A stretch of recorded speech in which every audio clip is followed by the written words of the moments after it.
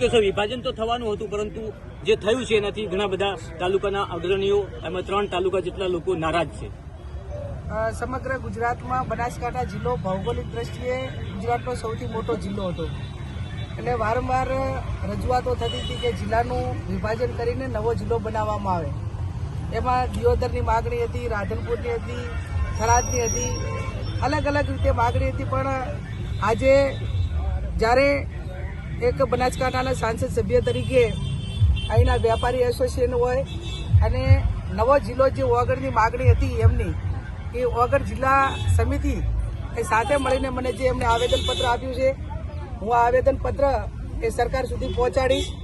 એક વાસ્તવિકતા છે કે જ્યારે સરકારે જાહેરાત કરી એ ટાઈમે પણ મેં સ્ટેટમેન્ટ આપ્યું હતું કે કોઈ પણ જિલ્લાનું વિભાજન હોય, તાલુકાનું વિભાજન હોય તો સ્થાનિક લોકોને, સ્થાનિક પ્રજાના પ્રતિનિધિઓને સાંભળીને ભૌગોલિક દ્રષ્ટિએ અને એમને વિશ્વાસમાં લઈને નિર્ણય લીધો હોત તો અત્યારે આંદોલન કે આજે ધાનેરા નારાજ, કાંકરેજ નારાજ, દિયોદર નારાજ, 8માંથી 4 જેટલા તાલુકાઓ, વિધાનસભાઓ આખી નારાજ હોય, ત્યારે સરકારે લોકશાહીની અંદર એમને સાંભળવા પડે.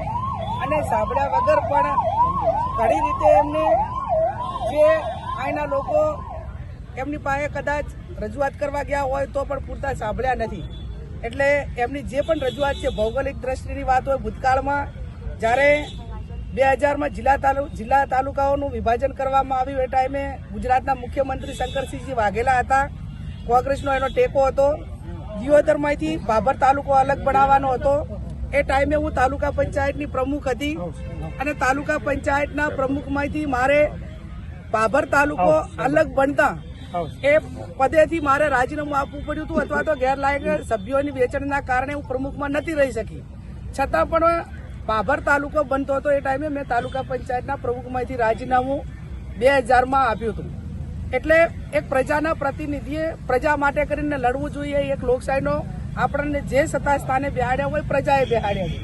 એમ પ્રજાના ચૂંટાયેલા જે નાણાંથી પંચાયતથી કરીને પાર્લામેન્ટ લોકો જે રજૂઆત કરે એ સરકારમાં નિર્ણય લેતી વખતે લોકોને સાંભળવા જોઈએ.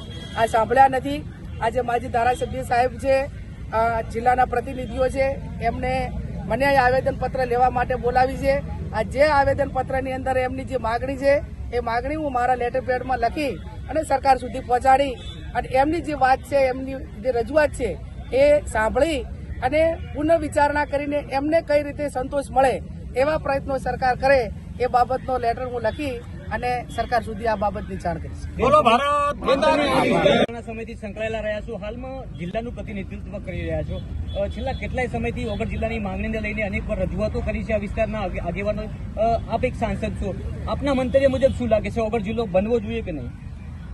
હું એવું માનું છું, મેં કીધું એ પ્રમાણે અગાઉ કે ભૌગોલિક દ્રષ્ટિએ અને તાલુકાઓની દ્રષ્ટિએ બનાસકાંઠા ગુજરાતનો સૌથી મોટો જિલ્લો હતો.